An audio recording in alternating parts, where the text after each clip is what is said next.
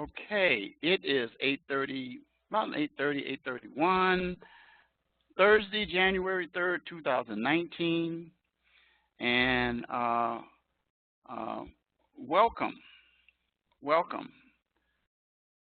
to this lecture. Welcome to it, and to be able to hear, you have to activate your audio.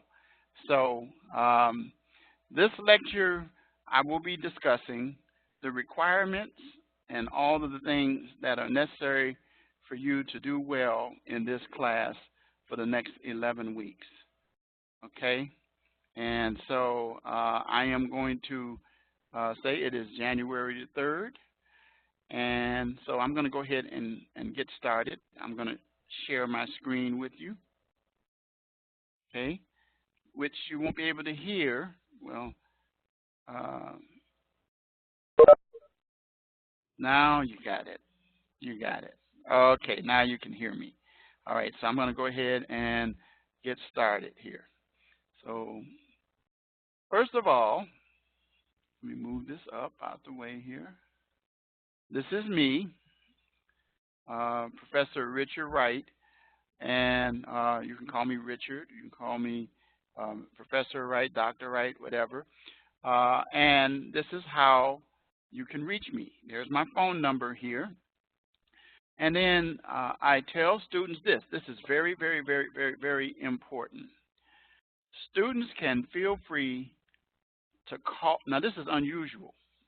To call me, text me, or email me any hour of the day except the 25th hour of the day.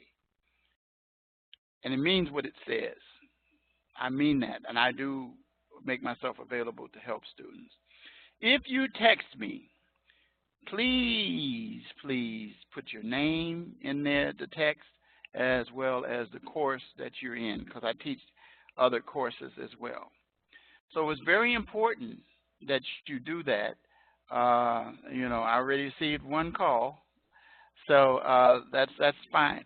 But always, if you need to text me, include your name and your information. I already have your phone number if you text me, and I respond back very fast. The other thing I want to remind you is that rubrics are very important in this course. I'm going to provide you with the rubrics themselves are located with each written assignment. You'll see, and this is how I grade your papers. If you follow the rubrics, you will do well. You will do well in this course. We're going to talk about that.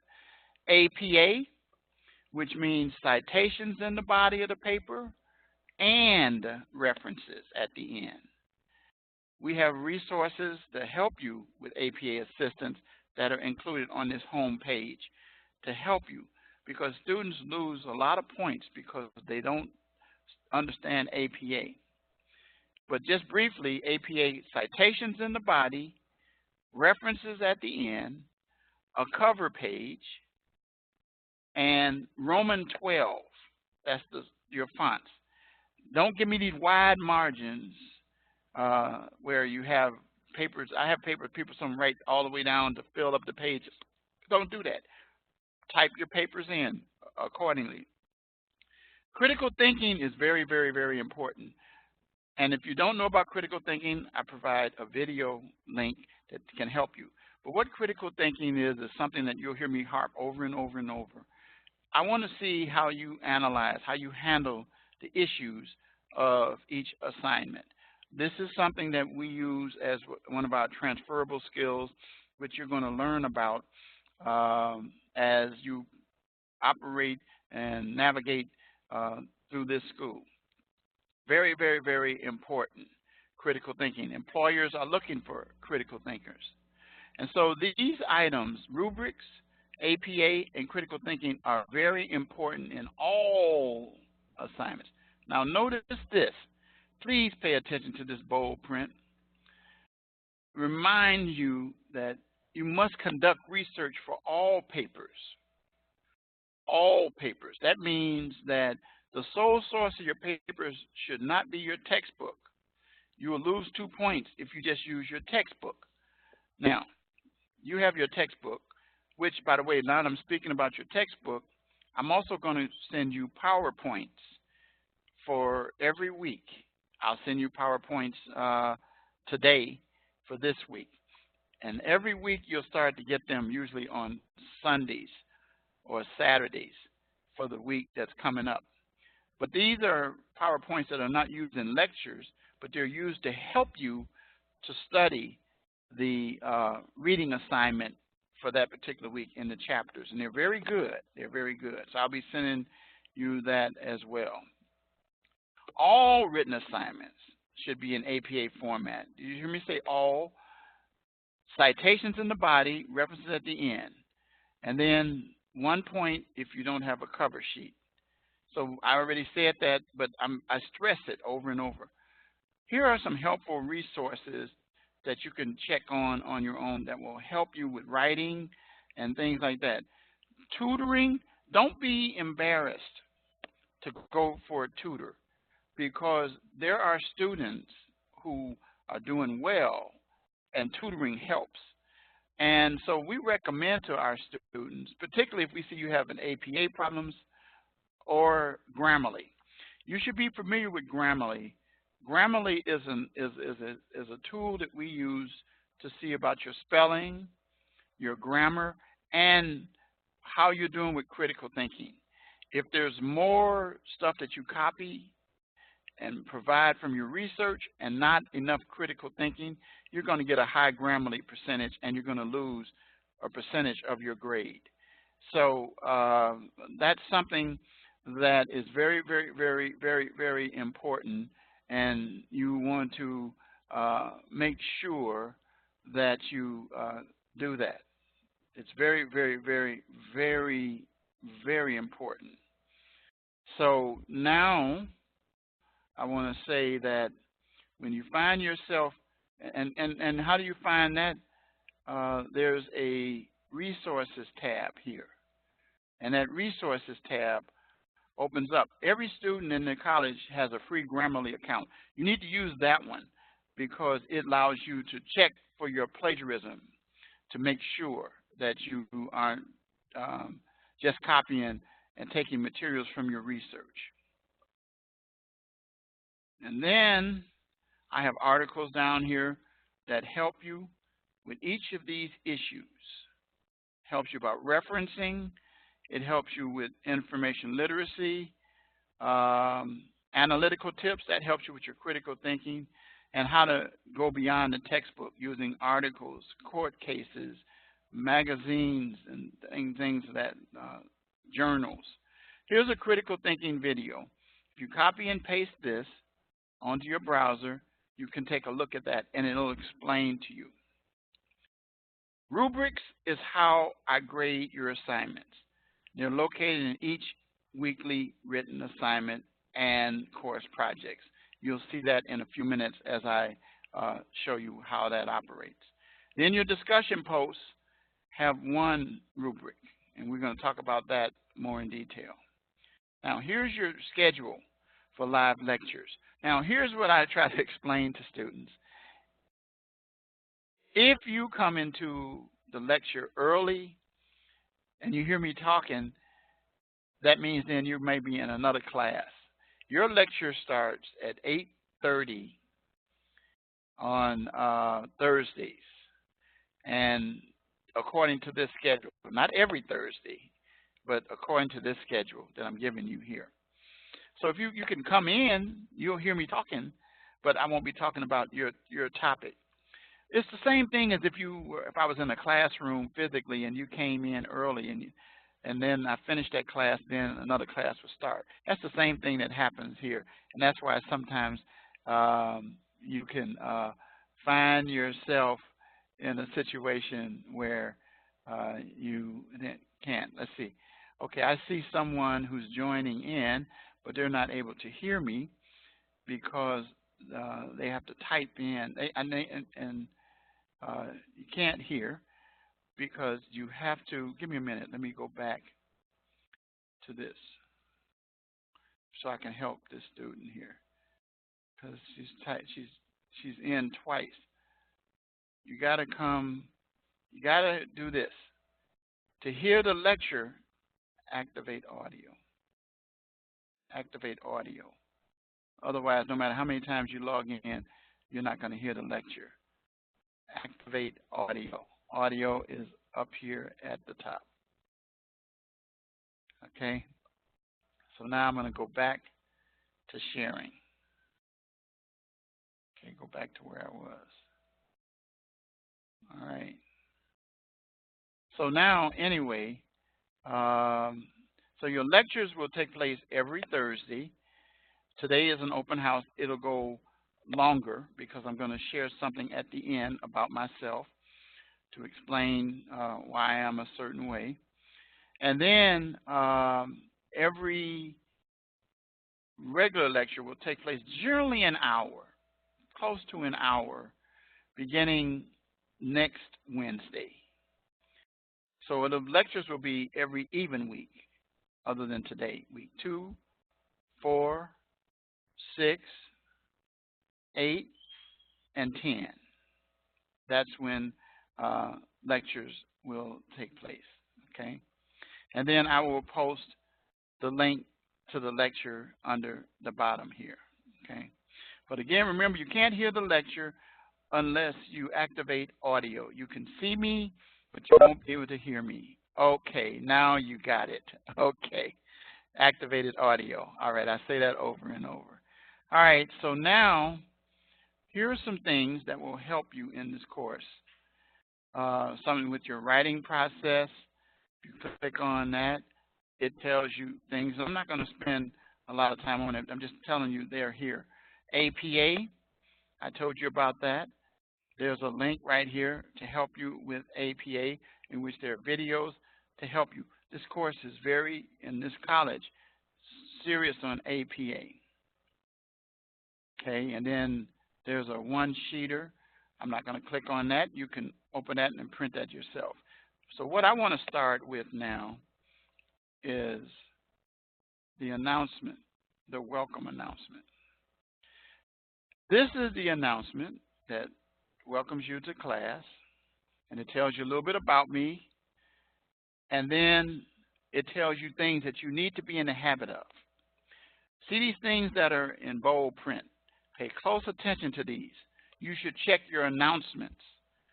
Make sure, because your announcements will contain details about your assignments, due dates, and other things.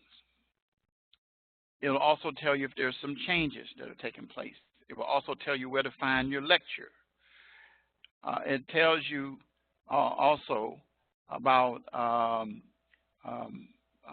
all the things that you need to know to be successful for that particular week with your assignments. Each week there will be one that relates to the module that you're in. Week 1, which we won't go in detail today because we have a lot of material to cover, but in weeks 2 we'll start covering more detail. Student Lounge, you should post an introduction. If you looked at my Student Lounge, you saw me. You saw some things about me. You learned about me. And then your course mail. Now, your course mail is different from your student mail. Your course mail is for this course. And that's how, if you want to respond to me in the course. And it says it up here, course messages. And you click on that, and you can send me an email, and I'll reply back to you pretty fast. So your course messages are very, very, very, very important. So your course mail. Then the syllabus, of which we're going to go to in just a few minutes, to discuss the college policies relating to academic integrity, attendance, late assignment submission policy, which I'll spend a little time on discussing with you.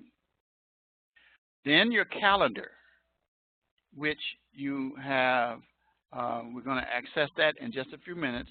It contains everything from the whole 11 weeks, when to do it, what to do, and all of those kinds of things. There's a section called General Course Questions that you can find under the Discussions tab. If you click on Discussions, There it is, right up under Student Lounge. You'll see.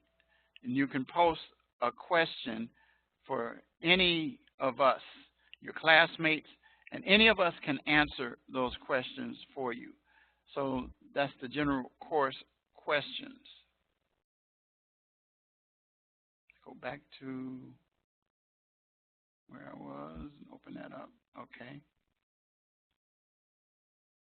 Resources tab is at the top at the right.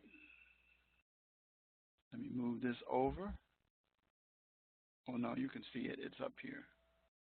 Here it is. The Resources tab tells you about many resources that I also have on the course homepage. And it tells you about your Grammarly account. Make sure you get off at the beginning. If you don't understand Grammarly, you need to reach out to me, and then I can help you and guide you through it. But if you click on Resources, I'm just going to do that just for now. Click on Resources. There it is. It tells you to create an account. It tells you here are instructions for where you can do that. And this provides a lot of information, articles, and how you can do research and stuff like that by topic, how you can go down, how you can schedule an appointment with a librarian, and so forth, and all of those different things. It talks about a lot of different things that are coming up.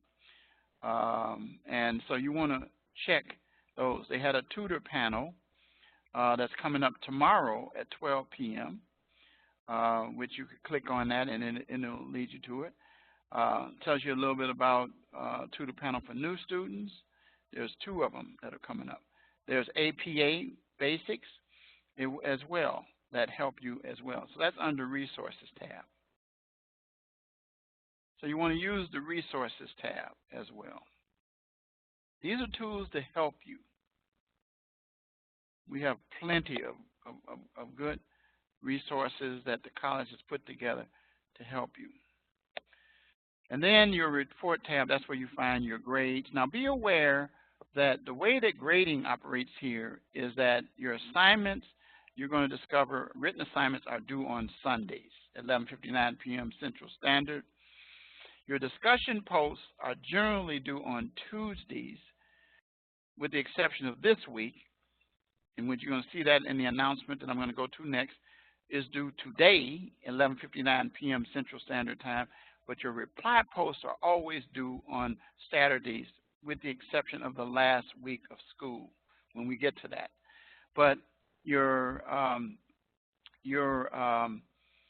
information that you want to make sure as far as your grades are concerned, be aware that when your written assignments are completed, that's this Sunday, which will be Sunday the 6th, that by the end of the week, I should have graded or will be in the process. And by no later than the week later, which will be the 13th, I should have gotten your grades in by the end of that night.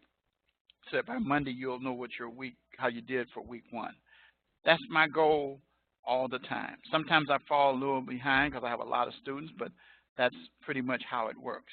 So I have students all the time that say to me, wait a minute, I will be starting week 2's work and you hadn't given me the grade for week 1's.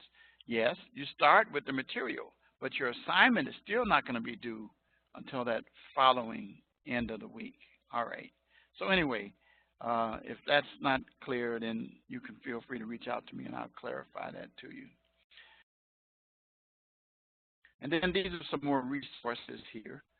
And then this is a reminder about our lecture every other Wednesday from 8:30 to 9:30 beginning next week. Now, today is an open house. So, and then there's the link again. All right. All right. So then let's get over and let's take a look at our calendar.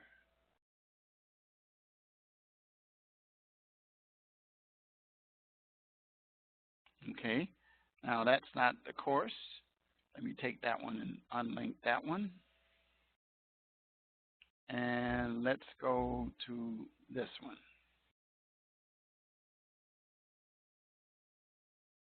Okay, there is your calendar. Now, so here it is. It tells you your reading assignment. It tells you your initial post, which is due tonight, the lecture that's taking place, open house, your reply post, and then it tells you your written assignments. Now, be aware that there's really only two written assignments. And the two written assignments for this week are the elements and then your quiz. You'll have your quiz not every week, but you will have your quiz, and your quizzes are timed. All right? So, and then we're going to talk about that in a minute. So then next week, you go by and you same thing. So you check your whole course. Now, if you look at this, you say, oh, that's just a little bit of information. No, it's not. If you open that up, it explains and it tells you more about what you're supposed to do. All right? That's on the calendar. But the best place to do it is to check the module. Same thing with your initial post. It tells you what the topic is. And then your open house, it told you what time we started. And it said last for an hour, but it's going to last a little longer than that because I'm going to talk to you about something at the end. Then your reply post. Same thing here. So everything from all the way to the end of this course is on the calendar. That's another place to find your information. That's why it said in that module about that. Okay, now let's go back so I can show you what we are going to be doing this week, because I gave you the welcome announcement. So each week you'll get an announcement like this. So this week, correctional system and history. Section 1 of the text, which I'll also be sending you after this is over. Two things. I will be sending you a recording, not immediately after because it takes a little while for it to convert, but I'll also send you the link to your PowerPoint for Chapter 1 or Section 1. So then there's some activities, an introduction to the correction system and a historical perspective. I'll show you that, what that's all about. And then it's telling you about our lectures and the schedule. It tells you when it's taking place, like tonight. Then it tells you your discussion assignment. Said now, notice what I said here. Your initial discussion post is due on today. Starting next week, all are due on Tuesday. And your reply post is due by Saturday, 11:59 p.m. Central Standard Time. Finally, there's a written assignment, elements of the correctional system. And I'm going to give you all the details on that in just a few minutes. And then the quiz. And then you're going to be completing a course project. And I'm going to go over it. It is not a written assignment this week. It may say that, but it's not. I'm going to explain to you the course project, which is very, very, very, very, very, very important. And you're going to see it only involves assignments for week 2, week 4, week 7, week 9. That's it. You'll see as we go over that in just a few minutes. Very important, very important, very important. But you're going to have to pay attention to what I tell you today to help you, so you don't start off on the wrong foot. And then this tells about the open house. And then start strong and finish strong. You'll see this at the bottom of every one of my weekly announcements. And adversity is the springboard to success. I'm going to explain that to you at the very end. So you're going to stick with me so you can learn why I say that and why I am the way that I am as a professor. Okay, now let's go to the syllabus first.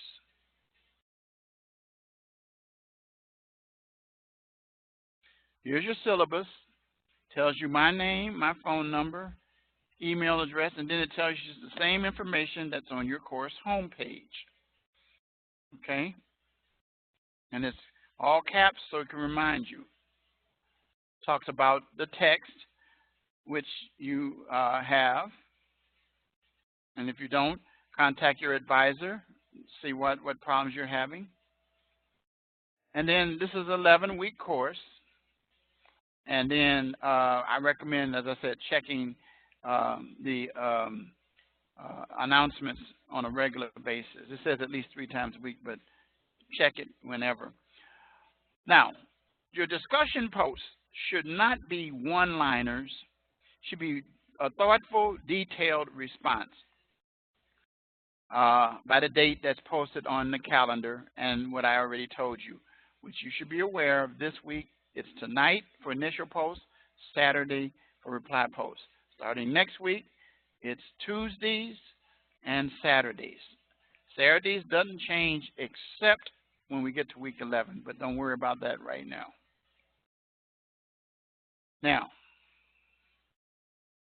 your course consists of the following. Let's come down here to your grade so you can see. You have discussions, your discussion post, initial post. Okay, you get 20 points each week, 10 for your initial post, 10 for your reply post. I encourage you to make sure that you put detailed discussion posts, don't just little short ones like I just said a few minutes ago, good posts and all of that. No, I want some details. Citations and references are not required, but are appreciated. I also appreciate it if you would reply to more than one post, though it's not required. So to get your 220 points, you want to have a good post for your initial post for 10, good post for your reply post for 10 for each week. So you get your 20 points for each week, and that's 11 weeks, which constitutes 28% of your grade. That's a big portion of your grade. Your written assignments, now, not the course project, but the written assignments are a big portion too, 39% or 305. Your grade will be determined by the rubric, which we're going to go over in a minute. The course project is divided into separate assignments, and then you have a final project. We're going to discuss that in a minute, so hold on. Then the quizzes. There's 5 quizzes. They are timed. What I recommend to students who take the quizzes is to take the quiz at the end of the week when you've gone through all the material, because it's a closed book quiz and it's timed. And you know, you want to be sure that you're in a quiet place, that you've studied your material, you put your material away. Don't be trying to look up answers. That's a violation of academic integrity policy, as well as you won't have enough time anyway. So you want to do well with that, okay? Even though it's only 6.4%, it can be the difference in an A or B. Final exam, 40 points. It may seem like it's only a small percentage, but it's the difference in passing and failing sometime and in that. So for a total of 780 points. Okay? Now, notice what it says up here about your final exam, 50 multiple choice questions. It's comprehensive. What does that mean? It means it covers all the weeks that you've had from the beginning. All right? So you want to make sure that you perform well on that. All right? We're going to talk about the course project. I already told you there are 5 quizzes. And your rubric, I'm going to discuss with you about your written assignments, okay? All right. Now, here's something I want to tell you. My goal is to get each of you in the 1, 2, 3, 4, 5, first 5 spots, at the worst a B-. Do not ever ask me, Professor, I need to know, what does it take to pass this course? Because first of all, I'm not going to be able to tell you, because I'm going to just tell you what up front. You need to do the assignments, and you need to complete them timely and get them in. If they're going to be late, it's better to submit a late assignment than nothing at all. If you see a 0 in the course book, by the way, I do put zeros in there if the week has passed and you haven't turned it, but I can always change that. But the point of the matter is that don't ask me how to get a C in this class.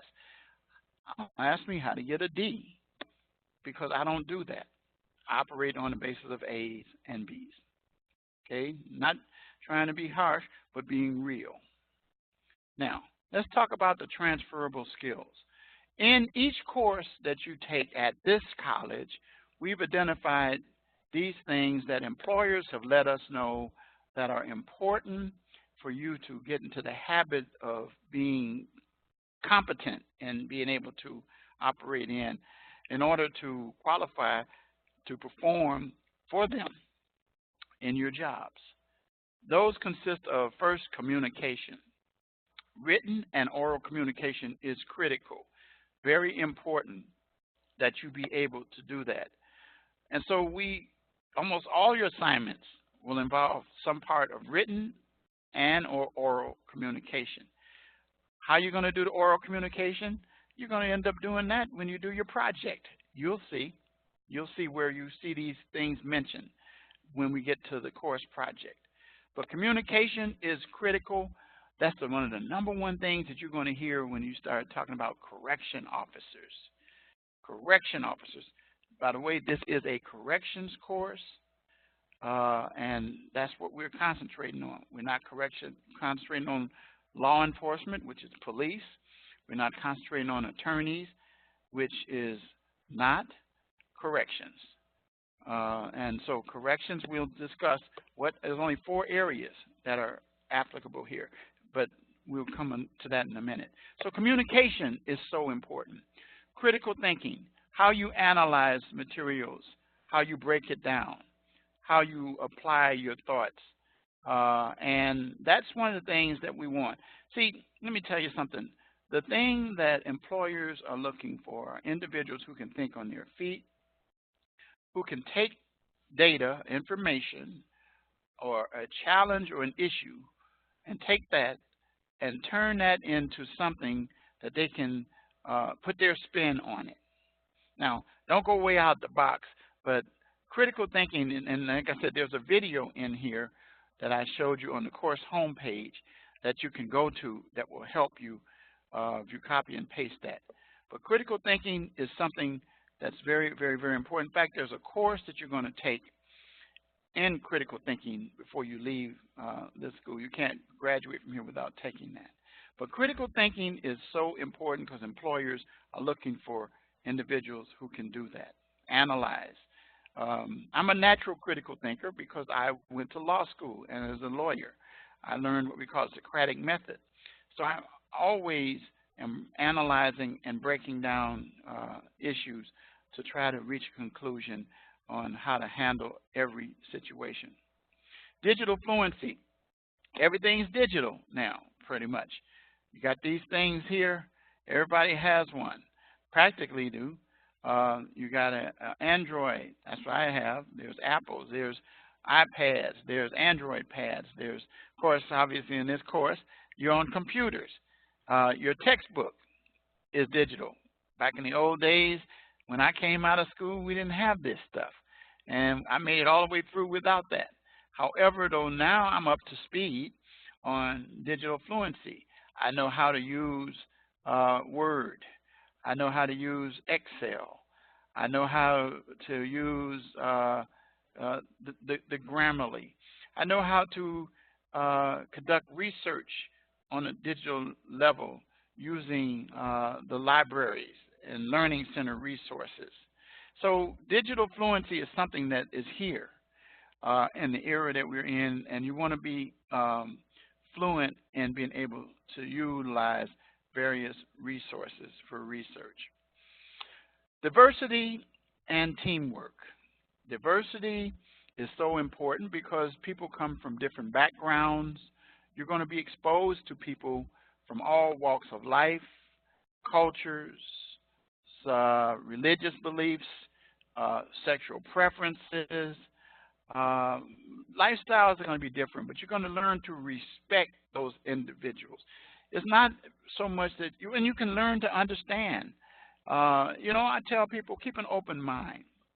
You might not, I have people, for example, I am a Christian, but I don't, if a person is a Muslim, or if a person is of the Jewish culture, or operates out of Islam and those kind of things, I respect them for their beliefs in those things. There are people that speak different languages. You're going to run across people who don't speak the same language that you don't understand, but you're going to have to work with them. You're going to have to learn from them, and we can all teach each other. We can teach each other about the differences in our races and how we live our lives, and that there's no right or wrong way. Everybody approaches it different because of your culture. So our country is a country of immigrants, people from all over the world. So you're going to be working with people, and you're going to come into contact with people, and especially in the criminal justice field, you're going to have to learn how to respect even some of the worst people. Teamwork. You're going to be working in teams. How are you doing that now? Well, first of all, number one, you're working in team here because of the fact that you are going to do discussion posts, and you're going to respond to each other's posts. So you're working with teamwork here. But when you get out of here, you're going to have virtual meetings with other individuals. Some of you already are doing that on your jobs. So teamwork. People don't work. There was an old song that we learned when I was a kid in 8th grade. No man is an island. No man stands alone. Well, that's the way the world operates now. We feed off of different people. There are people in this class who I've already discovered want to be police detectives. Well, in order to be a police detective, you're going to first work with police officers. You're going to, be in the streets. You're going to work with forensic people. If you're a psychologist, if you're a social worker, anything, whatever it is, you're going to be working on teams, all part of the criminal justice team. So we want you to be aware that there's no I in team. That's team, okay? Then ethics. So important in criminal justice, so important in all professions, but we have a dilemma now because there are some serious ethical issues that take place in the criminal justice field. I tell students that we teach you how to be ethical in school, not just by taking that class that you take, but how you need to learn to operate. Notice that the academic integrity policy talks about we take on honor of the work that you do. You're providing us with citations and references so we can check the sources, that you're not copying all the material. You're not taking somebody else's paper and using it.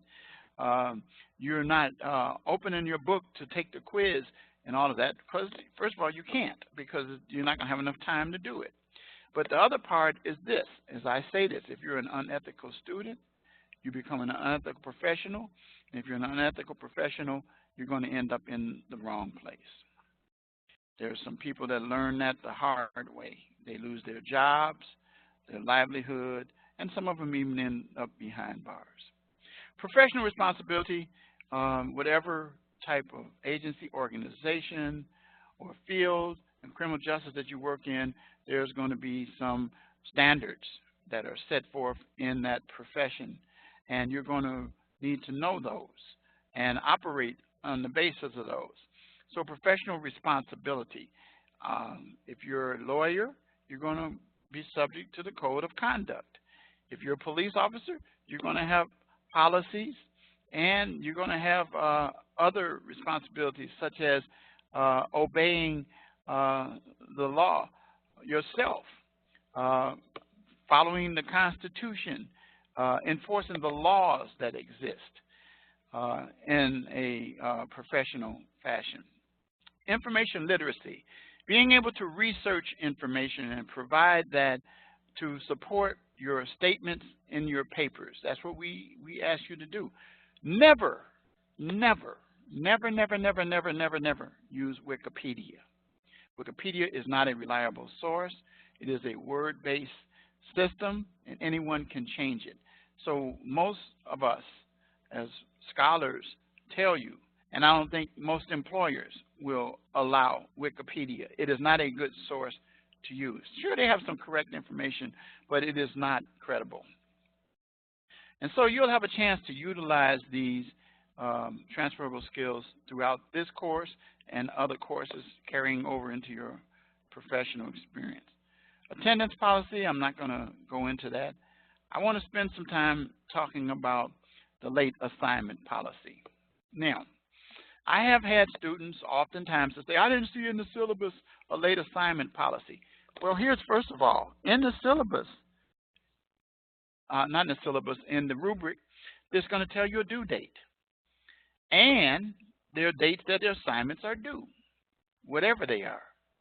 Well, here's the late assignment policy that the school has established across the board, not just for this class. Students can submit assignments up to 7 days after the deadline. However, be aware of this. 7 days is not really a good thing to think about, because it says in the very next statement that every day that you're late, you lose 10% of your grade. So let's say your assignment is due on Sunday. You got a good paper, it's 100. But you submit that same paper on Monday, and the best you can get is 90. You know, because 10% comes off. 80 for Tuesday. Wednesday, it's 70. You see my point? 60 by the Thursday. You haven't even got the 7 days. So don't even look at it like that. Now, it says here, it says that in some cases, students may be asked to complete an alternate assignment. I don't do that because I have too many students to do that. If you just complete the assignments that you have, you know, students say extra work. I say, how can you ask for extra work when you haven't done the work that you already did? Okay, that's like asking for overtime and you haven't worked the 40 hours. Okay, how you gonna get overtime unless you're talking about like a holiday situation, which is time and a half. But I'm talking about in a normal course, so you get my point there. Now, let me talk about discussion posts for a minute. It says online discussions conclude at the end of the week or the module. Discussion posts made after that date will not be accepted. I'll accept them, but I will not give you points. So and it's a school policy. Here's the deal. Your discussion posts are due according to the calendar and according to the assignment that's given. Generally, it's Tuesday and Saturday, but this week it's not Tuesday because you didn't start class till Wednesday, so it's Thursday, which is tonight, and then Saturday. So let's say you submit your discussion post Sunday. You're going to get a 0. You're going to get, I didn't know, you're still going to get a 0 because the discussion forum is over. People, the purpose for the discussion is to take the place of what would take place if we were physically in a room. Since we're virtual, this gives you an opportunity to discuss various issues with your colleagues and me. And so that's how, and each student has a chance to see what's in your discussion post. Students, everybody can see it. All of us can see it. Every student can see it. And so if you are discussing it on Sunday, we're getting ready to, that discussion forum ended at 11:59 p.m. Saturday. Now, if you submit your discussion post late, you're going to lose a point every day that it's late. All right, up to the point that you get to when the forum ends. So if your initial post is due, for example, on today, and you submit it tomorrow, then you're going to lose a point on your initial post. And each day you'll lose a point. Now, if you submit your initial post and reply post on Saturday, you will get the points, assuming that they're good posts, you get your full credit, 10 points for your reply post.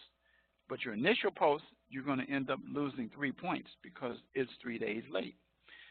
But if it's late from Tuesday, when it's normal course, you're going to go back from that. So that's the point. if you submit, now here's something that I tell students, and get this so you understand it. If you submit your discussion post, your initial post on Saturday, and then your reply post on Sunday, I'll still give you points. You'll be late for your initial post, and you'll be late for your reply post. Even though the forum is ended, I give you the benefit of the doubt for that. But if you submit both your initial post and reply post on Sunday, all deals are off. So I think you kind of get my point. In other words, after the forum is over, you won't get any points for it, okay? And you don't want to lose those points. I showed you how high the percentage was. Now, pay attention to this next statement. It says instructors may waive the late penalty or a time frame in the case of extenuating circumstances not determined by your dean, not determined by anybody but me. Because you know what your dean's going to tell you? Your professor is the one who has to make that call. And they understand, and I'm pretty fair. I'm very fair.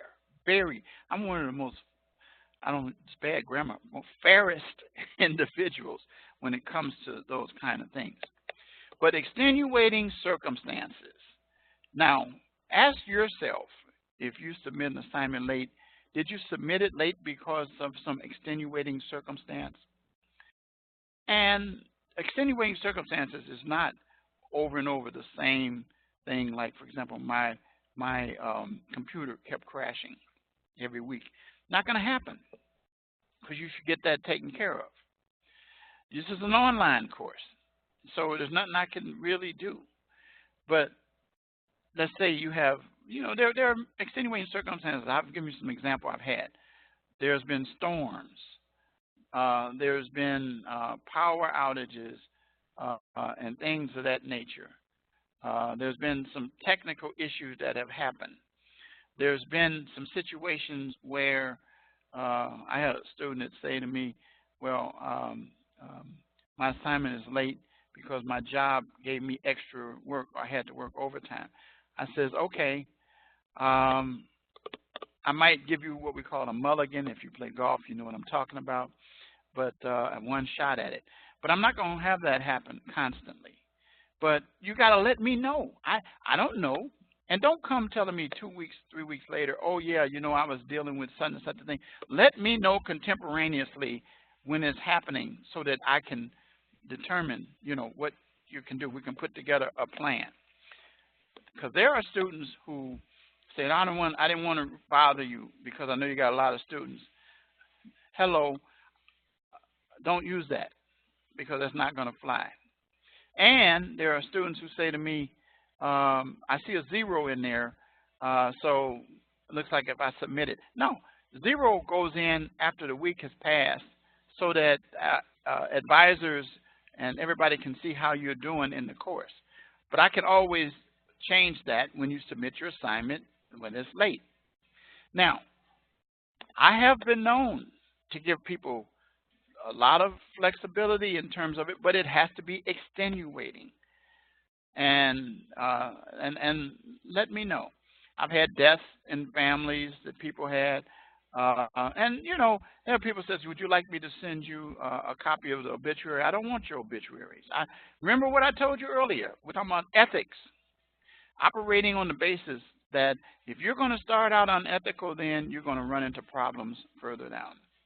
So anyway, with me, I'm very, very, very flexible, and I have worked with students who have had some amazing situations that they should have failed, but because they had situations that I considered as extenuating, because they shared them with me, we talked it out, we discussed it, and we got it done. Some students will say, can I redo an assignment? I says, no, I can't let you do that because I have too many students. I can't do that. Every student will want to redo their assignment. You can't get 2 bites of the apple. You get 1 bite, and that's it, okay?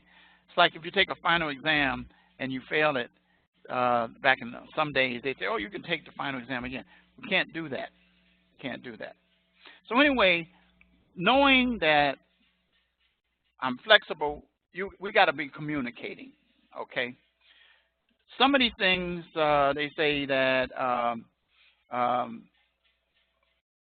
I will give you extra assignments. Again, like I said again, I don't operate like that because of the fact that I believe that individuals should let me know and communicate with me.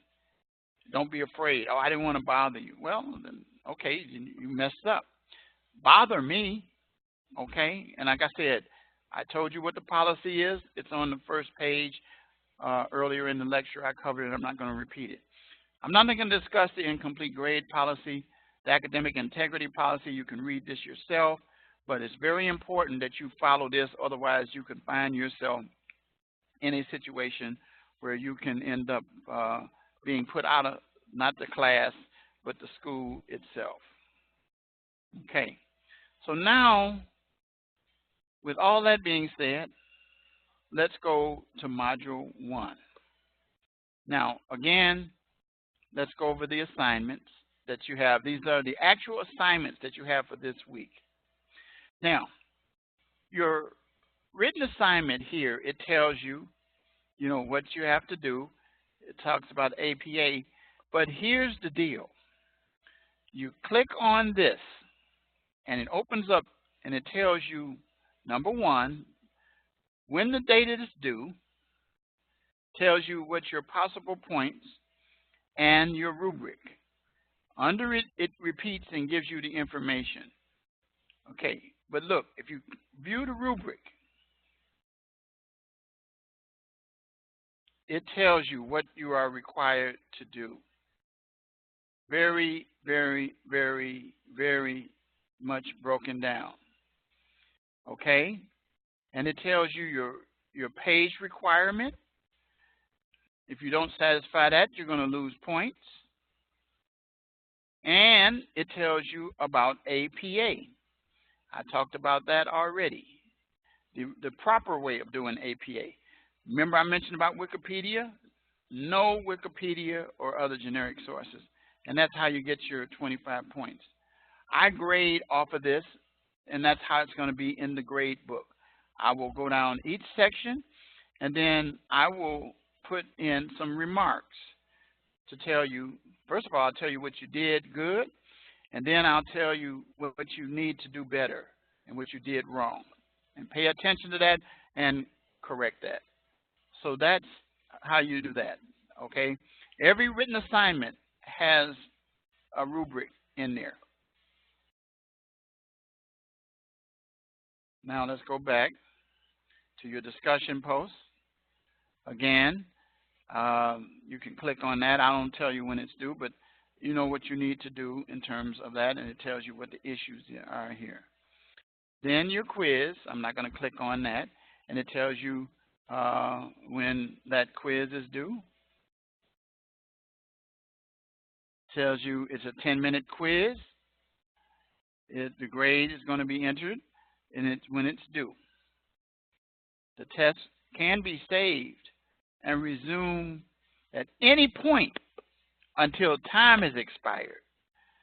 But the timer will continue to run if you leave the test. So once you start, it's the clock. It's going to go.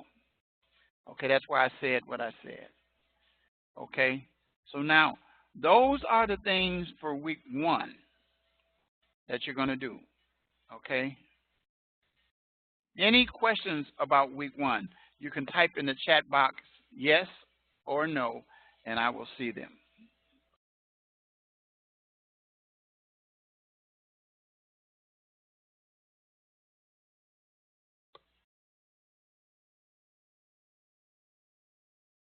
Okay, I don't see anything, so I guess there are no questions.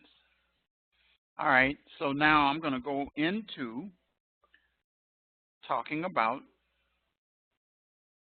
something that you need to pay very, very, very, very close attention to. That, okay, there's a repeat of the assignments. And then this talks about introduction to the correction system. This is something that if I was going to do a lecture on week 1, I would do that, but I'm not. And then here it tells you the information if you want to look at the historical perspective. Let's see, there we go. And so you would be able to look at that and see that. And it tells you on each of these the history of corrections all the way through. And I'm not going to go through that with you because I got something very important that I need to do. So then I want to talk about this very important topic. Very important. Very important. The course project.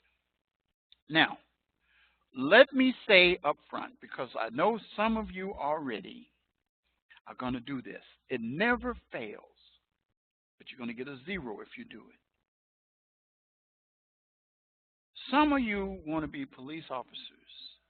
Some of you want to be attorneys. Some of you want to be other things. Psychologists, psychiatrists, and all those kinds of things. You want to use your criminal justice degree for that. But the biggest offender usually is law enforcement, police officers, detectives, or something like that. This is a course in corrections. Your first week assignment tells you the elements of corrections.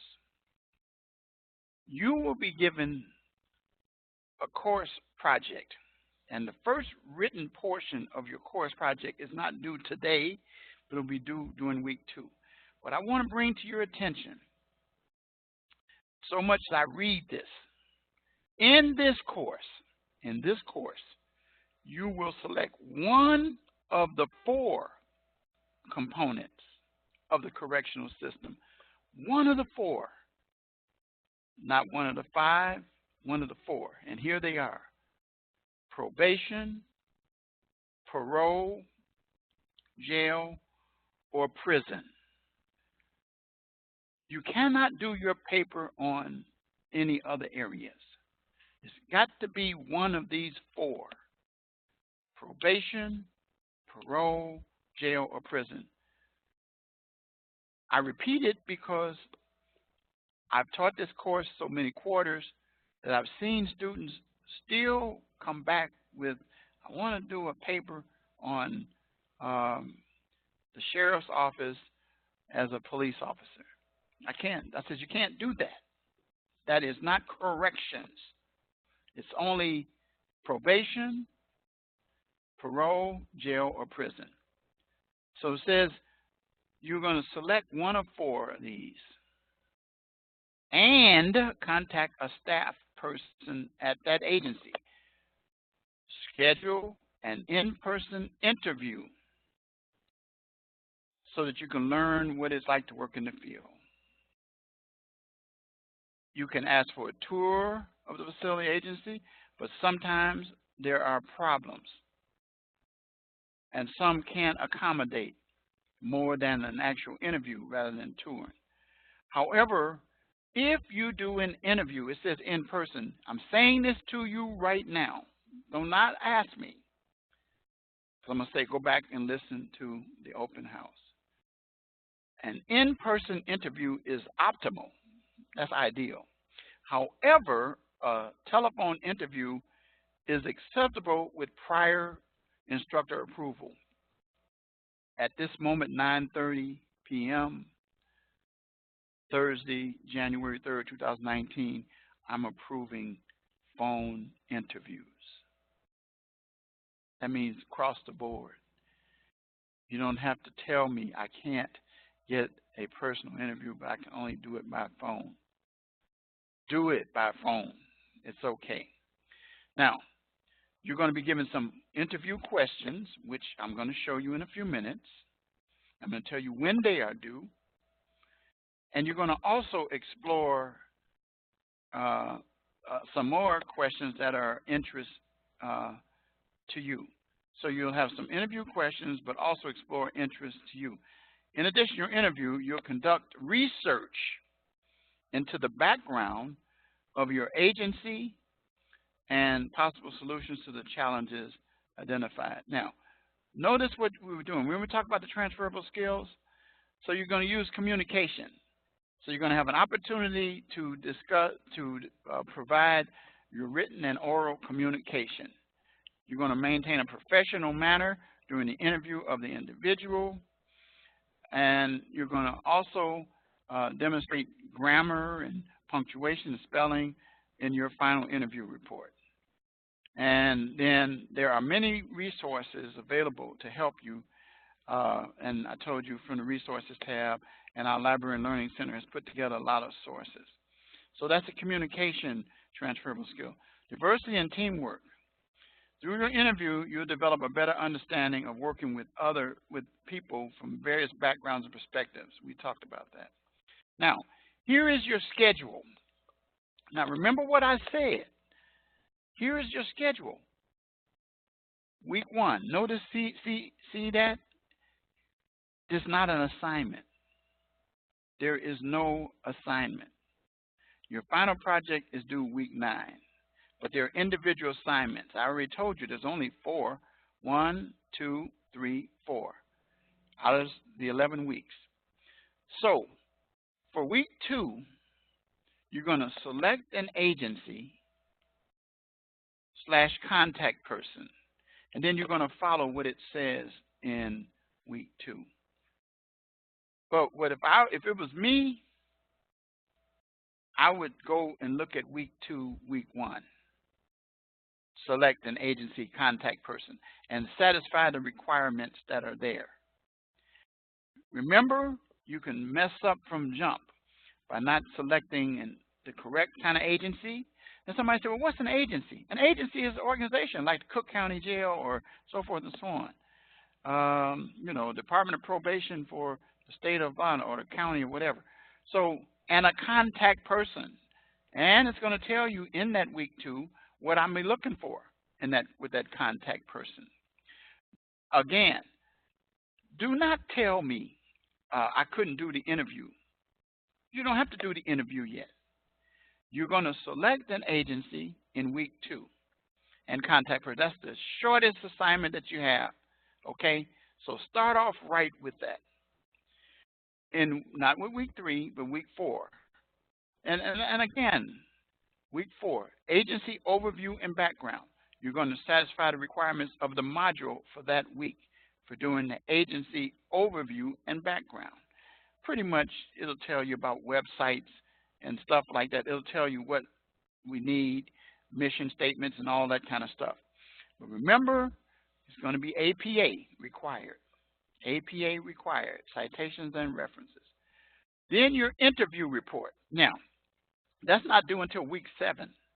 You're going to find that when you get there, that with your interview report, you're going to cover these questions that I'm getting ready to show you in a minute. This is not due until week 7 now, but you should become aware of what they are. This is where they are. I know somebody's going to say to me, I can't find the interview questions. Then I'm going to send you back and tell you, go back and listen to this comprehensive lecture that I did the first week, because I saved myself from repeating over and over, because I'm going to put the burden back on you to go back and look, because I'm giving it to you piece by piece. The interview report, which, by the way, I'll say this and I'll just throw this in now. When you get to the interview report, you're only going to need citations in the body of the paper. You're not going to need references. But for everything else, you're going to need citations and references. And then the final week, week 9, your final submission. Again, in the module itself, in addition, it will tell you what to do. Now, here's the deal. Just get this up front.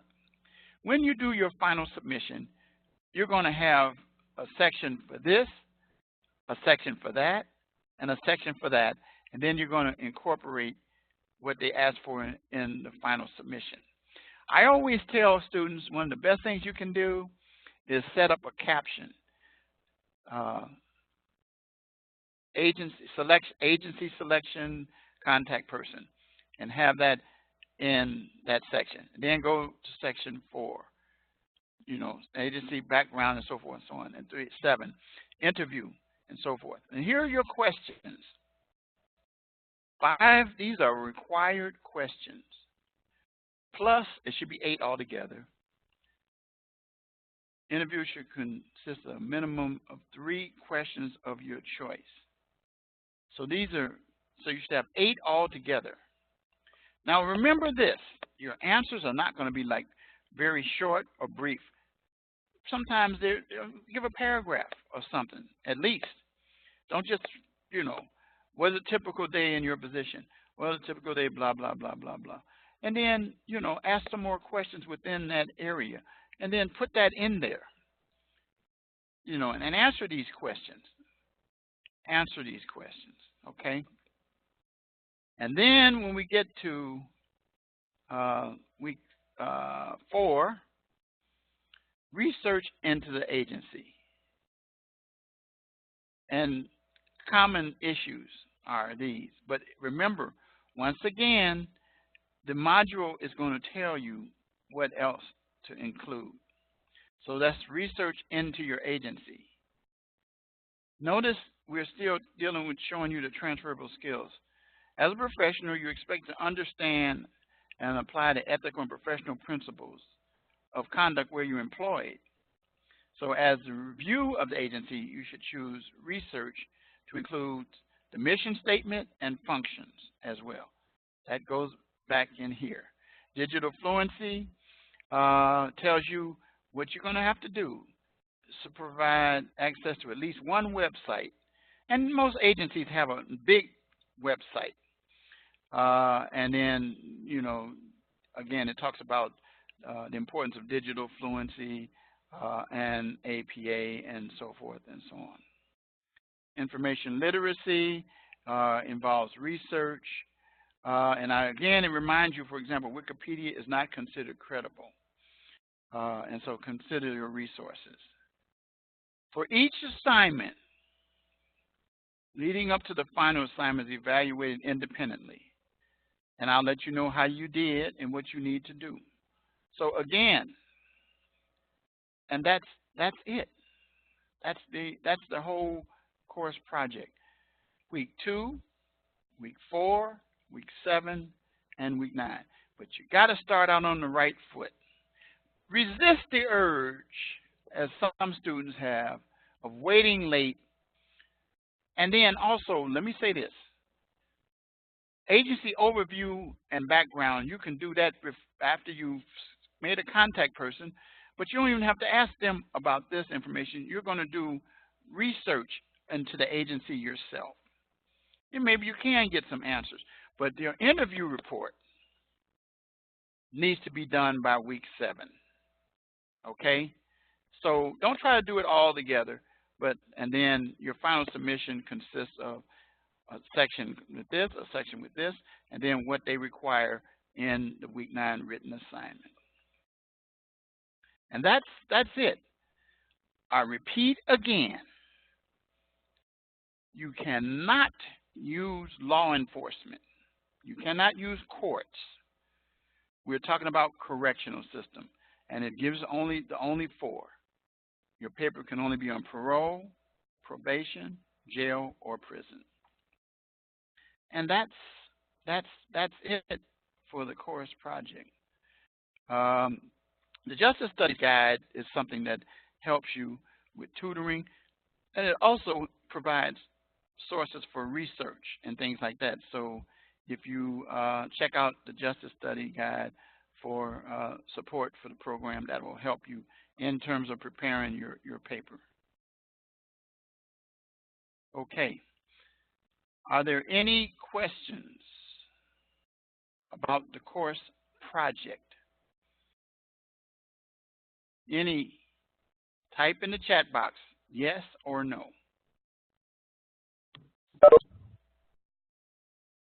Any questions?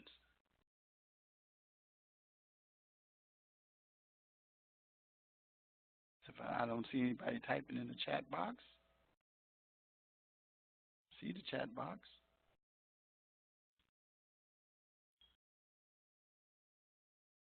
Okay. I guess there are none. Okay.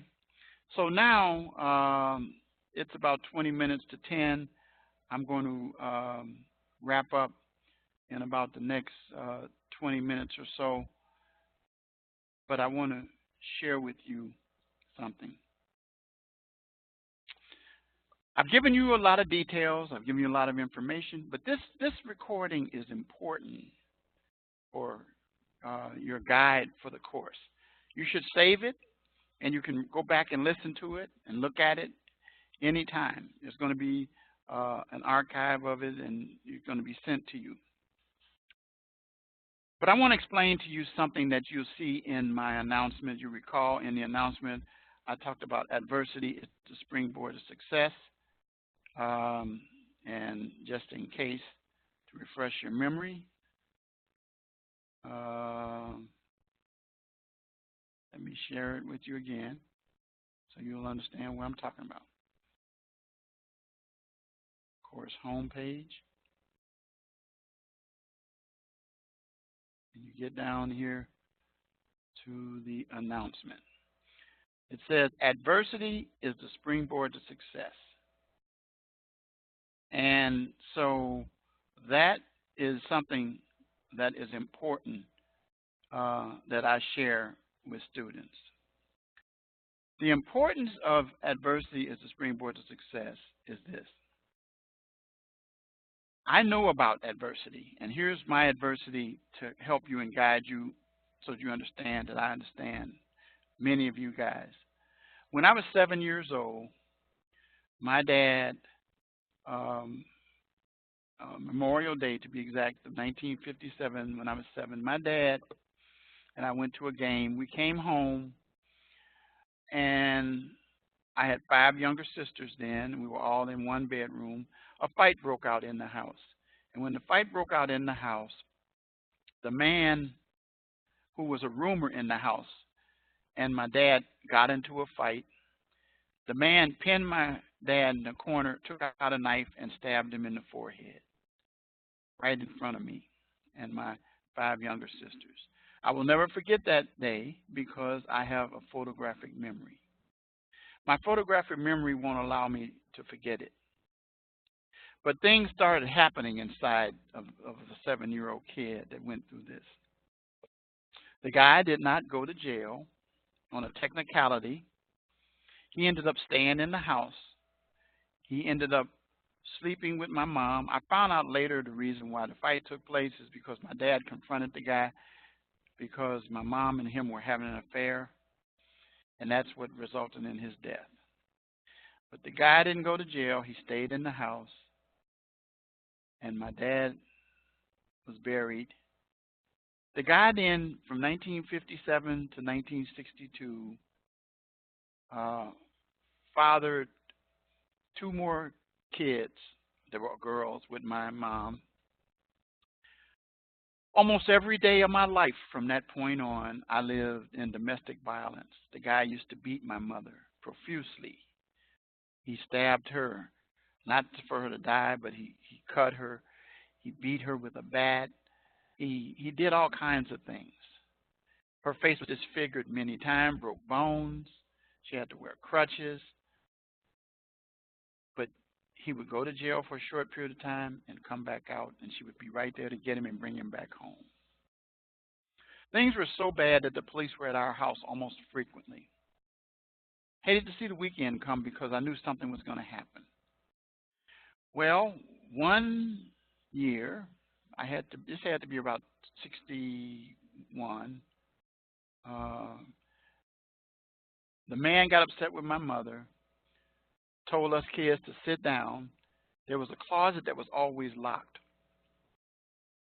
In that closet, he pulled the door off. He was a strong guy, construction worker. Pulled them off the hinges, and from top to bottom there were toys. And on top there was a fire truck. And the guy said, "I'm Santa Claus," and pulled them down, and right in front of us kids, chopped them up with an axe, including the fire truck that I wanted. That's how I found out that there was no Santa Claus. Well, my mother still stayed with him, The area turned, it was nice at first, and then it started, it was a Jewish community, then it got really bad. The gangs started getting into it. Well, the gangs made a decision that they wouldn't bother me, try to recruit me, because they knew what had happened with my dad. And they made a decision that many gangs don't do today, that I was off limits and that they wouldn't try to recruit me, either one, and that they would both make sure that I'm protected. But my mom said she still wanted to get out of the area, so we moved in '62 from that area to another house. We had our own house, two flat. Moved to a single family house in Gary, Indiana, in a nice area that was like a suburban area, grass, little league, all kinds of nice things for where you'd raise your kids. Well, we moved in there in '62, summer of '62. And from '62 to '63, he didn't do anything to my aunt because another aunt came to stay with us for a while, and she carried a gun, so nothing happened. But let me go ahead to Memorial Day of 1963, about a year after we lived there. And my baby sister, who was born in '62, was still she was still being breastfed. Actually, she was still having a diapers changed. So anyway, what happened is that my mom left me in charge of the house and went downtown to Gary, where she had a restaurant, and she went there. And so woke up the next morning, and the house was full of smoke. And I opened up the oven, and there was some burnt barbecue. Someone had turned the oven on or left it on. And anyway, I open up the door and windows, and I saw the car pull away that we had. So I went and looked in my mother's room, and she hadn't been in her bed. But that wasn't unusual because sometimes she would stay gone like that. Well, anyway, sometime during the course of that day, two men came up to the door and announced that they were police detectives. And they said, could they come in? And I reluctantly let them in. And they announced that they found my mother's body in Chicago and that she had bled to death. I started screaming out, Scott, Scott, because the guy's name was Webster Scott. Now listen to me. For years, I didn't say his name or couldn't. It just wouldn't come out of my mouth. But years later, I was able to finally speak on his name. I talked about the situation. So anyway, us kids were all 8 of us, brought back to Chicago to stay with an aunt, not the one who came to stay with us that period we were in Gary, but because she went back to Michigan, but another aunt, her sister, and she didn't want us there, but she said she would keep us there until they decided what they were going to do. And I learned that they were going to split us up, and we were going to end up in the system. And she treated us so badly. She made us clean up the house like we were servants. They would have pizza, her family, and they would give us the crust. They would talk to us like we were animals. She would anyway. This is my mother's sister now. And so anyway, my other aunt, the one from, she went to Michigan, who came to stay with us in Gary, came back and said, I found out you're going to send the kids in different places. No, I'm taking them all. And she took all 8 of us and had a house built where we all moved into. Well, it didn't end problems there because her husband and I didn't get along because he wanted me to take his last name. They were going to adopt everybody. I said, I don't want to be. I said, because I want to carry on my dad's name. I'm the only one who can carry it on. So it went on, and it was tough. He wouldn't help me get a driver's license. I had a job working at McDonald's. I ended up having a paper route. And then I used to spend a lot of time down at the church with some friends that I made, acquaintances. And anyway, he and I didn't get along. he and my aunt, his wife, would get into it. She pulled her gun out sometime, and he did, and threatened to shoot each other. And one time he got mad and told us all to line up against the wall, and I got out of the house. So I escaped, but a gun went off. But after that, I had to come back there and stay there because I was a kid. In the meantime, it just really got bad. So I was 14 years old, about a year after living with her, and I would find out that Scott, the man who killed my mom and dad, was going to be sentenced because he pled guilty to receive 10 years. And 10 in those days, it was brought to my attention, meant 5. But for good behavior, they would cut a year and a half off, and he would serve 3.5 years. I was very troubled. I thought that was really bad. And no one could give me answers. And then finally someone brought to my attention, they says, Richard, that's just the way the system is. It's the law. I said, the law? Tell me about it. And they told me about lawyers. So I went to school and I asked the librarian at school, did we have a book on lawyers? And I checked that book out, and I read that book cover to cover. It was not a big book. And the next day, listen to me, after I read that book, anybody I met, I would introduce myself as Richard Wright, and I said, I'm going to be a lawyer. So I was 14 years old, and I knew what I wanted to be. Well, and I wanted to do criminal law. As it was, because I wanted to learn about the system. So anyway, as it was, my friends, oh, by the way, I would find out that the man who was my aunt's husband in the house, and I not only didn't get along, I didn't like him, was because he was actually going through, and I found this out years later, my sisters, and you can fill in the blanks there. So it was pretty bad. That was what I was raised up in. So anyway, came to the point that I was going through, I was 14, back to 14. I heard this lady on the radio, and I liked her voice. I went and found her. My aunt let me go. I went and found her and asked this lady to be my mother. She laughed, but she said, I'll be your friend. Well, she spent time in my life after that, and then years and years and years later, even after I was a lawyer, she was in my life constantly, but she actually legally adopted me years later to fix an issue that my aunt had messed up with my name. So anyway, the point of the matter is this. So I came to the point I was ready to graduate from high school, and my aunt was moving out of that house to follow this man who was out there doing other things with other women. And my friends talked their mother and father into letting me come and live with them. And I was getting ready to graduate. I said, oh, let me back up. The church came to my aunt and uncle with an offer that said that they would pay for my college education with a scholarship. All you had to do was sign. They wouldn't have to be committed to pay anything. But my uncle said no, because I wouldn't take his name. So I ended up saying, okay, I'll do it myself. So when I got ready to graduate from high school, I went and I registered for a junior college in Chicago called Loop, which is Harold Washington City College of Chicago.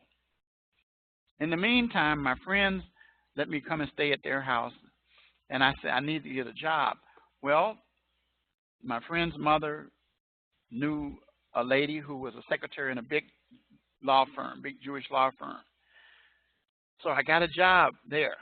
So here I was, in my foot in the door for law, working in a corporate law firm, where I met people who I became friends with, like Ray Kroc, the founder of McDonald's, and other individuals. But when I got there to the law firm, I made it clear to everybody that I was going to be a lawyer. I used to go there dressed in my shirt and tie. A lot of the guys wore polo shirts. I didn't. I wore a white shirt and tie. and dress nice. I didn't wear a suit and all of that. But it impressed them. So I went to school at night, and then I got married right away in 1970. 71, here comes my first child. 72, here comes my second child. They're both girls. So I ended up in the law firm. They promoted me to a file clerk. And then they saw I was doing well with that, and then they had a need for a law librarian, and they approached me for the job. I took it, and while I was doing that, my job was to file the books away. But what I did was I used to sit down and read the books and sit in the library and listen to the lawyers discuss their cases. And I taught myself how to do legal research, how to write memos, and they found that out. So they went and told my boss, and they promoted me to a position that they created called a law clerk, which is today called a paralegal. And I began to go to court with the lawyers. I began to sit in and listen to the lawyers. They did some criminal stuff too, in addition to corporate stuff. I went to jails and prisons when they'd visit some of their clients. I went to real estate closings. I went to mergers and acquisitions, corporate deals, all kinds of things. So I was on my way. So in the meantime, I leave there and go to a four-year institution called Roosevelt University, where I declared my major to be political science and my minor business, majoring in accounting, and I did that. And I didn't have a car. I was on the bus, I was on the L, I was on the train studying, where people would come through making noise, playing music, and all kinds. I still studied on the train. I had to be at work in the morning at 8:30, and I had to be in class at 4:30. I'd get off at 4 and rush to class Monday through Friday, and then on Saturdays. I did that from my junior college and then to Roosevelt University. When I was in Roosevelt University, it was time for me to take the LSAT. I did. I didn't do too well, but I knew I was smarter than that. And so then it came time to apply to law schools. And so everybody said, well, you should apply to 3 law schools. I said, no, I'm applying to one, and that's Northwestern. So I applied to Northwestern, submitted my application, which was 6 pages, but I put all kinds of exhibits and other writings in there. The package was about so thick. So I had it hand-delivered by one of the lawyers. Well, Northwestern had indicated in their materials that they didn't do personal interviews because I found out they were admitting 250 students and that about 1,000 for each seat was the number. It was very high. It was a high ratio. Low ratio for getting a seat, but it was a lot of competition. So anyway, I sent the package over, and then about a week or so later, I got a call from Northwestern asking me to come over. They wanted to meet me. So when I got over there, they took me in a room. There was 4 people from different departments, admissions and other departments, the dean of the law school, and they started asking me questions. So I answered their questions for about an hour, maybe an hour and a half. And then they said, we need to adjourn, have a seat, relax, and they gave me something to drink, some water or something. And I sat there, and they were gone about a half an hour or so. Then they came back, and they said, we don't grant interviews, as you know, and we don't make decisions based on these kinds of situations. They said, but this is a highly unusual circumstance. Your material is so impressive. We've never had we can't even think of a graduate that's ever survived what you have and has been as focused as you are. By the way, when I had graduated from Roosevelt, I received an award from the state of Illinois that my name went into what they call the Hall of Fame in Springfield.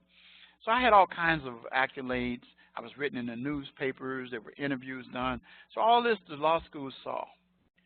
And they said, well, what we're going to do is we don't offer you in this kind of situation. What we will do is tell you this. We're very impressed with you, and we are going to send you a letter in the next few weeks, which I think you're going to like. That was their way of telling me. So I got a letter 2 weeks later, and I was admitted into the class of 75. And I was on my way, guys. So it was my wife. She had graduated. She was a teacher. And then I was at Northwestern, and I was told in orientation that you cannot work and go to school for the first year at least. So I had to leave my job. The law firm was fine with that. They gave me a leave, and I went into classes. So my income was going to be my wife working as a teacher, which was okay. But guess what happened? For the first time in the history of the city of Chicago, they had a teacher strike.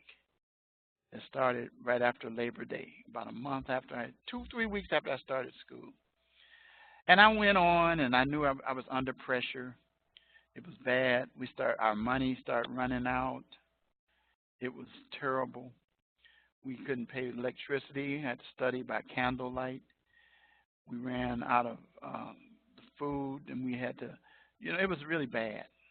So we sent the kids to my wife's mother's house at that time. Well, anyway, it was bad. So I went to one of my professors, and I told her I was going to have to take a leave because of the situation. She said, before you do that, come to my office. So I went to her office with her. She sat me down in a chair and stood in front of the door and said to me, I know you're having a bad situation, but you're not leaving this room until you decide you're going to stick this out. And she was serious. And so I did. I took her up on it, and 3 years later I graduated, and I was so excited. Well, while I was in law school, one of my classmates, his dad was a distinguished criminal defense lawyer. I used to go to their house, and he would, talk to us, and then he told us he was going to become a judge. So we all campaigned and helped him become a judge. And so anyway, he discovered what I had gone through, and he said, I'm going to help you get closure. So he took me to the criminal courts building and went in the basement, and we pulled all those files from 57 when my dad was killed and 63 when my mom was killed, and I have those files to this date. So I learned a lot. He said to me, I'm going to make a recommendation to you. He says, you're good. He says, and I think that if you're going to really do well, you need to be a criminal defense lawyer.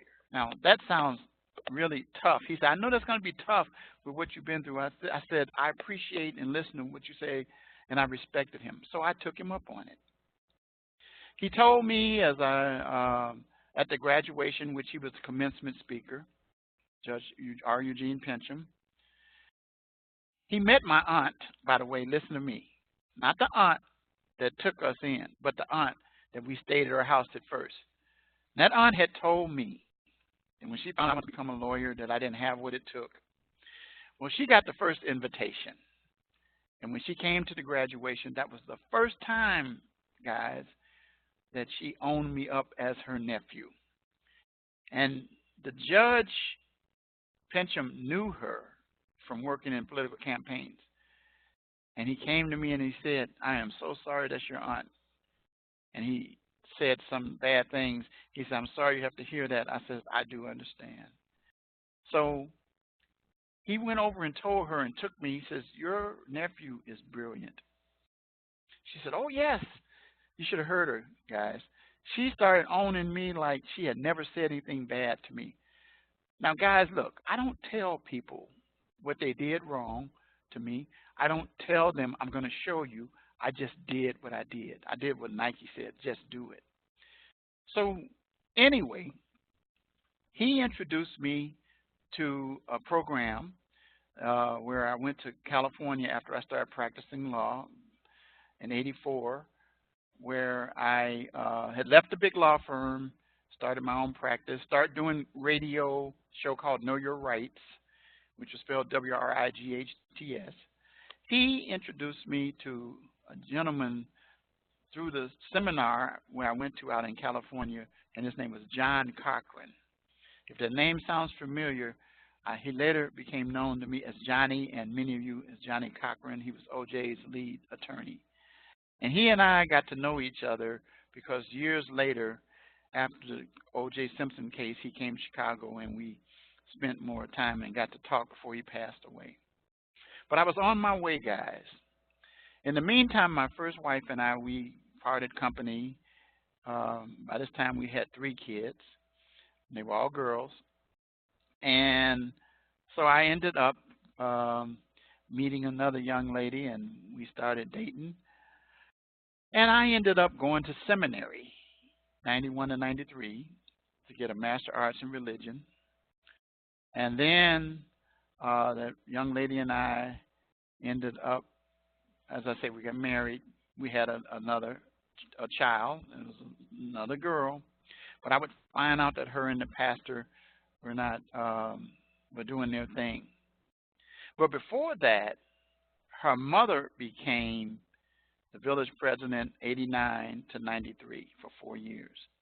So I became the village attorney for that town, which allowed me to become the village prosecutor.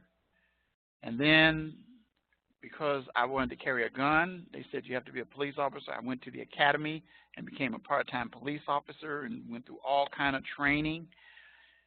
I worked the streets with the police. I worked drug raids. I did all of that stuff. I ended up becoming an investigator. I never wore a uniform, always wore plain clothes. I ended up finding myself in a situation where the chief was indicted and another chief came in and I became his investigator, internal affairs. So I did that, 89 to 93. And then, like I said, I would find out that my wife that I was married to and the pastor were doing it, so I ended up breaking it off in 94, getting a divorce. Then I met the young lady that I'm married to now, and we've been married for 25 years, July the 28th of this year. She and I have the 4 kids that you see on my picture in the student lounge, 2 boys and 2 girls.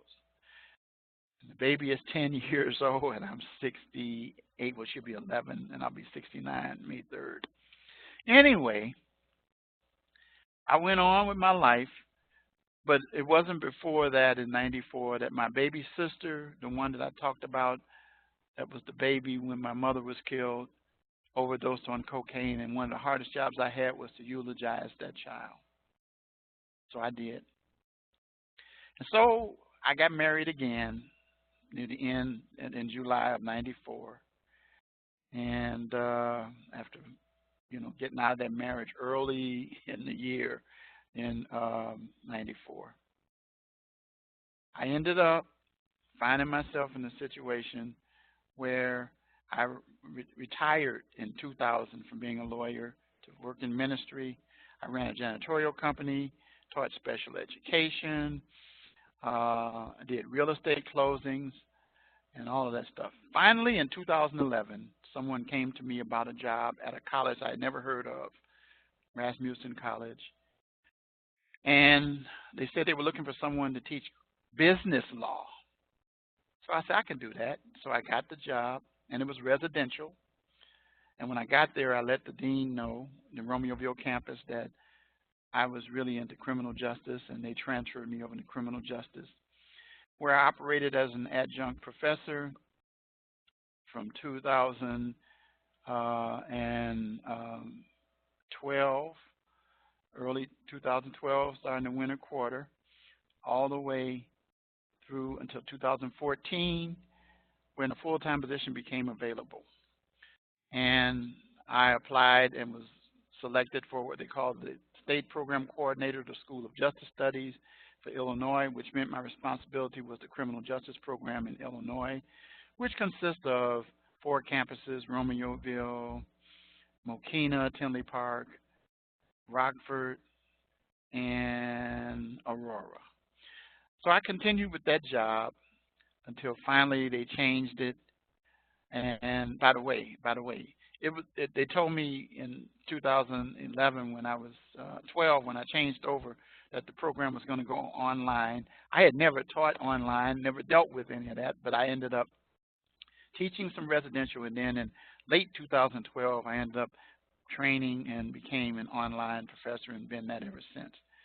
Well, in 2015, they changed the roles, and I became an associate professor, and then an assistant professor, and then last year I became a full professor. And so I've been teaching criminal justice here since that time and enjoy working with students. And I let students know that I understand the importance of functioning under pressure. I understand arising from adversity, as you know from my story. But I want you to understand that I am very empathetic when it comes to you guys. If you have an issue, that's why I'm available to help you. I am probably one of the most hands-on professors that you're ever going to have. I still continue to work with students now that have graduated and gone on to their careers, and I write letters of recommendation. Many of them are friends of mine on Facebook, which I'm on, is under Richard Wright JD, and I accept friend requests from students, and I encourage you. I am here to see you do well. One of my favorite things at the college is attending academic awards, but my favorite thing is attending the graduation for the students and seeing you walk across that stage and get that degree. So if you're going to be a student in my class, you're going to understand the kind of person that you have. That's why I took a long time to do this.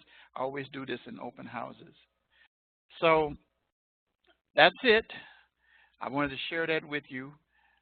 Next week, we will come together again, but it will be on Wednesdays, not Thursdays, but Wednesdays, next Wednesday. And so at 8:30, and we'll be done by about 9:30 or before with that, because I'll go over the assignments for the week. I will be sending an archive of this lecture out for each of you, and then I will also send you the PowerPoints for week 1, and then at the end of the week, I will be sending the ones for week 2. So with that, it's a little after 10:15. I'm going to say good night. Thanks for hanging in there, and I look forward to the next 11 weeks with each and every one of you. So I'm going to say good night.